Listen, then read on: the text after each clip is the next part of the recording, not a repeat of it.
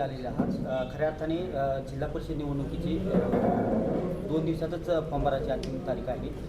कशा पद्धतीने आजचा दौरा तुमचा बारामतीतील होता? राज्यातील निवडणूक कशा पद्धतीने तुम्ही लढवणार आहे, काय सांगा? हे बघा, जे सत्ताधाऱ्यांच्या विरोधामध्ये निवडणूक लढतायत, जे कार्यकर्ते वर्षानुवर्ष काम करतात, सामाजिक काम करतात, त्यांचा वाली आत्ता महाराष्ट्रामध्ये कोणीही उरलेला नाही. खऱ्या अर्थानं पंचायत राजच्या निवडणुका ही कार्यकर्त्यांच्या निवडणुका असतात, ह्या नेत्यांच्या निवडणुका नसतात. पण नेत्यांनी आता प्लॅन केलेले, नेते आता पत्नीला, भाऊजाईला, भावाला, काकाला, मामाला, मावशीला, मुलांना, पुढच्या पिढ्यांना पंचायत राजच्या निवडणुकीला उभं करतायत. आणि जो कार्यकर्ता वर्षानुवर्ष ज्या नेत्यासाठी, ज्या पक्षासाठी काम करतो, त्या कार्यकर्त्याची नेते होण्याची इच्छा, आकांक्षा, म्हणजे नेतृत्व होण्या अगोदरच थोडक्यात कार्यकर्त्यांची जी भ्रूण हत्या या नेतेमंडळींच्याकडून आणि प्रस्तावित पक्षांच्याकडून चाललेली आहे.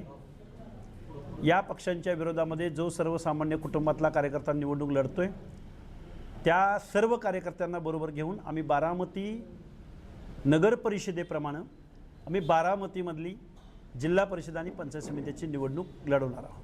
राज्यात तुमचा रोजचा दौरा चालू आहे, काल गेवराईमध्ये असेल किंवा पुरंदर अनेक ठिकाणी तुम्ही दौरे करतात. राज्यातील रणनीती कशी असणार आहे जेणेकरून जिल्हा परिषद? राज्यातली रणनीती हे बघा, मी एक ओबीसी आंदोलक आहे. आम्ही सामाजिक आंदोलनं, सामाजिक काम आत्तापर्यंत करत आलो आहे. पण सामाजिक काम करत असताना राजकीय भूमिकासुद्धा आम्हाला घ्याव्या लागणार आहेत. आम्ही त्या घ्यायला सुरुवात केलेली आहे. बीड जिल्हा असेल, जालना असेल, नांदेड असेल, परभणी असेल, आता 12 जिल्ह्यांच्या ज्या जिल्हा परिषदांच्या निवडणुका लागलेत, आम्ही बऱ्याच ठिकाणी जिथं जिथं ओबीसी असेल, SC ST बांधव असेल, या सगळ्या लोकांना जे निवडणुका लढत आहेत त्या कार्यकर्त्यांना आम्ही सपोर्ट करत आहोत, पाठिंबा देत आहोत आणि निवडणुकांना सामोरं जात आहोत. नुकत्याच महानगरपालिकेच्या निवडणुका राज्यातल्या पार पडल्या. यामध्ये अनेक टीका टिप्पणी झाल्या निवडणुकीच्या आधी, विशेषतः शाई पुसण्यावरून नवीन शाई वापरली, राज ठाकरेंची टीका केली. एकंदरीत जी महापालिकेच्या निवडणुकी झाल्या कशा पद्धतीचं तुम्ही थोडक्यात विश्लेषण करा, काय? महाराष्ट्रामधला विरोधक आणि विरोधकांचा संघर्ष बघायला मिळाला नाही. अगदी थोडक्यात मी ठाकरे बंधूंचं म्हणजे थोडंसं कौतुक यासाठी करेन की त्यांनी ती स्पेस भरून काढलेली आहे. पण दोन पवार असतील, अजितदादा पवार किंवा शरद पवार, ना दार का ना घाटका, त्यांना जनतेनं बराबर त्यांची जागा दाखवून दिलेली आहे. कारण त्यांनी नेहमी बोटचेपी भूमिका घेतलेली आहे. मी एक ओबीसी आंदोलक म्हणून मी जबाबदारीनं महाराष्ट्राला सांगेन की या पवार फॅमिलीने जरांगेंना पाठिंबा दिला, त्याचवेळी ओबीसीबद्दल बोटचेपी भूमिका घेतली आणि ओबीसीनी बरोबर जागा दाखवून दिली. या महाराष्ट्रामध्ये ओबीसी दीनदलितांची संख्या 70-80% आहे, ओबीसींची 50-60% आहे. त्या लोकांना इग्नोर करून तुम्ही जरांगेंना वारंवार सपोर्ट करत राहिलात, तसा मेसेज या बांधवामध्ये गेला. भुजबळ साहेब रणांगणामध्ये दिसलेले नाहीत. धनंजय मुंडेंना तुम्ही साईड बाहेर करून बीड जिल्ह्यामध्ये वेळोवेळी वेगवेगळ्या ठिकाणी गेलात. त्याचं उत्तर पिंपरी चिंचवड असेल, पुणे असेल, मुंबई असेल, तुम्हाला बरोबर जागा दाखवलेली आहे. तुम्हाला ठोस भूमिका घ्यावी लागेल. तुम्ही विरोधात आहे म्हणून पण महाराष्ट्राच्या जनतेला कळलेलं नाही आणि तुम्ही सत्तेत आहात म्हणून बी कळलेलं नाही. तुम्हाला पैसा प्यारा आहे, सत्ता प्यारी आहे, पदं प्यारी आहेत. पदच घ्या तुम्ही. आणि ज्या पद्धतीनं पुणे पिंपरी चिंचवडमधून दादांना किंवा राष्ट्रवादीला हद्दपार केले, तुतारीला माझ्या माहितीप्रमाणे 20 ते 22 नगर परिषदामध्ये नारळ फोडता आला नाही. आणि शरद पवार राष्ट्रवादी काँग्रेस पक्षापेक्षा वंचितचा परफॉर्मन्स आणि आमच्या MIMचा परफॉर्मन्स खूप मोठा आहे.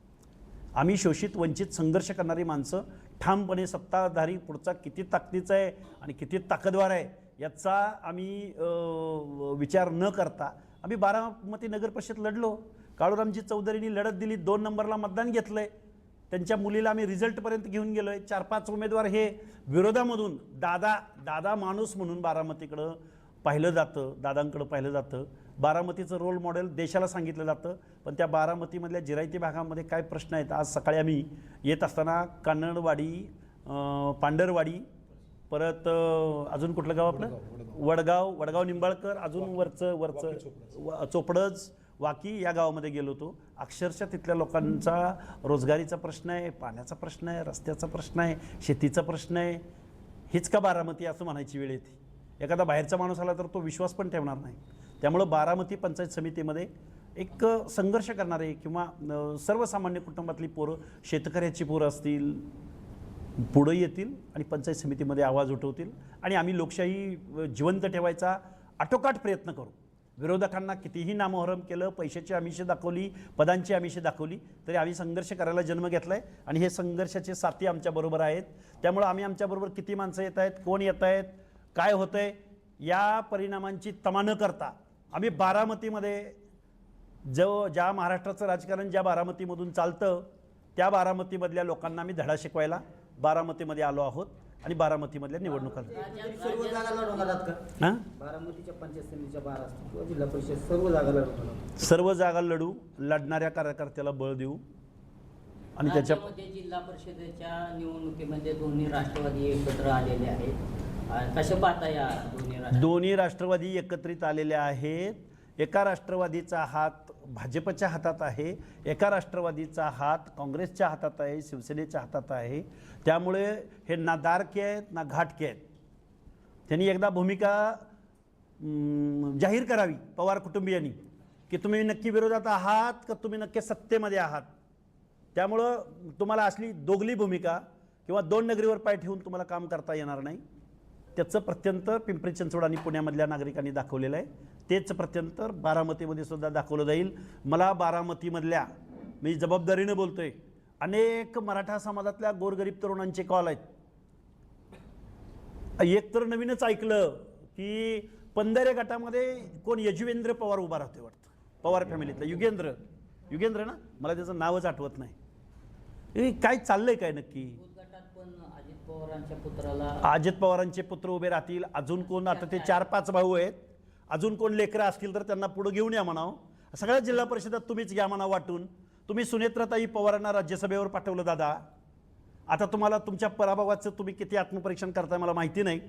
राज्यसभेवर माणूस कधी कुणाला कसं केव्हा पाठवला जातो की ज्याची निवडून येण्याची क्षमता नाही पण त्याच्या अनुभवाचा फायदा देशाच्या विकासामध्ये आपल्याला घ्यावा लागतो. म्हणून वरिष्ठ सभागृह देशामधलं किंवा महाराष्ट्राचा विचार करायचा झालं तर वरिष्ठ सभागृह विधान परिषदेचं केलं जातं की जो माणूस निवडून येऊ शकत नाही, ज्या घटकाचं प्रतिनिधित्व वारंवार डावलं जातंय, अशा घटक समूहांना तुम्हाला राज्यसभेवर पाठवून द्यायला हवं होतं. तुम्ही कुणाला पाठवून देताय तर पत्नीला पाठवून देताय. एवढी जनता दूध खोळी राहिली का दादा?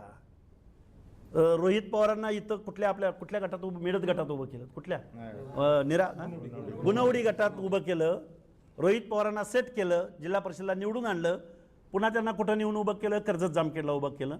म्हणजे एका पोराला तुम्ही सेट करायला, म्हणजे तुमचं राजकारण कुटुंबापुरतं आहे का?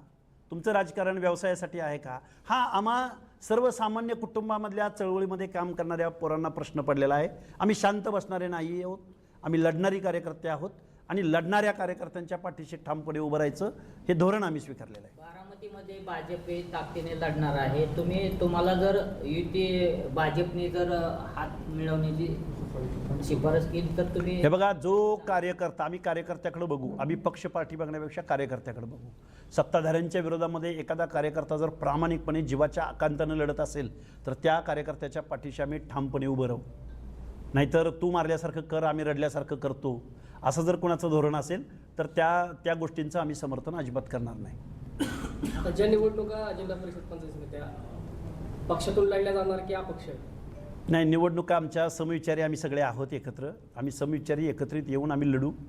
मग त्यामध्ये बसप आहे, त्यामध्ये वंचित आहे, त्यामध्ये अनेक पक्ष आहेत. आम्ही अपक्ष एखादा असेल तर त्याच्या पाठीशी आम्ही बारामती परिवर्तन आघाडी असं म्हणूया.